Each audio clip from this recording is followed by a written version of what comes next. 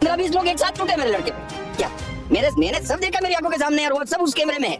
SP साहब कह रहे हैं मैंने 40 टीम की एलसीबी पूरी की पूरी टीम लगा रखी है विजिलेंस की तुम्हारे कैमरे चेक करने के लिए। अब पता चल रहा है कि वो कैमरे चेक नहीं कर रहे थे, वो कैमरे को डिलीट कर रहे थे।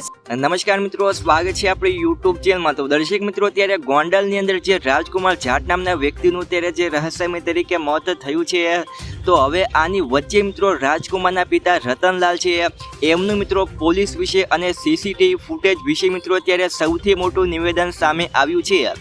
રતનલાલે મિત્રો પોલીસ વિશે અને સીસીટીવી ફૂટેજ વિશે શું કહ્યું તમને આગળ વિડીયોમાં ખબર પડશે, તો વિડીયોને તમે છેલ્લે સુધી જોતા રહેજો। અને એની પહેલાં આપણી યુટ્યુબ ચેનલમાં મિત્રો નવા હોય તો આપણી યુટ્યુબ ચેનલને સબસ્ક્રાઈબ પણ કરી દેજો।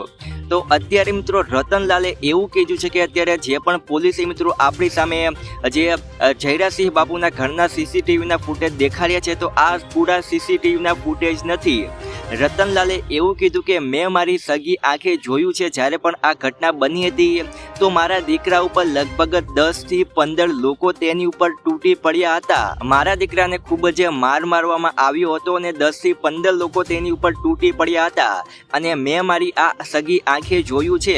અને અત્યારે પોલીસે જે પણ સીસીટીવી ફૂટેજ દેખાડ્યા છે, આ સીસીટીવી ફૂટેજ એકદમ અધૂરા અને નાનકડા છે। આગળની આખી ઘટના વિશે સીસીટીવી ફૂટેજ છે જ નહીં અને પોલીસે આ ફૂટેજને ડિલીટ કરી દીધા છે, એવું પણ મિત્રો ત્યારે જે રતનલાલ છે એમનું કહેવું છે।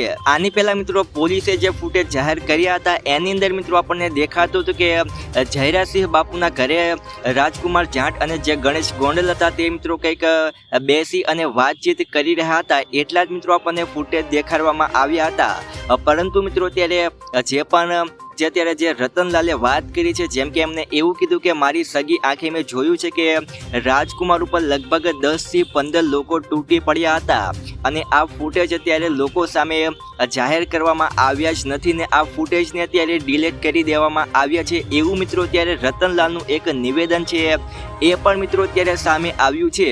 હવે તમારું મિત્રો આ વાત વિશે શું કહેવું છે તમે નીચે કમેન્ટમાં લખી અને જરૂરથી મિત્રો જણાવી શકો છો।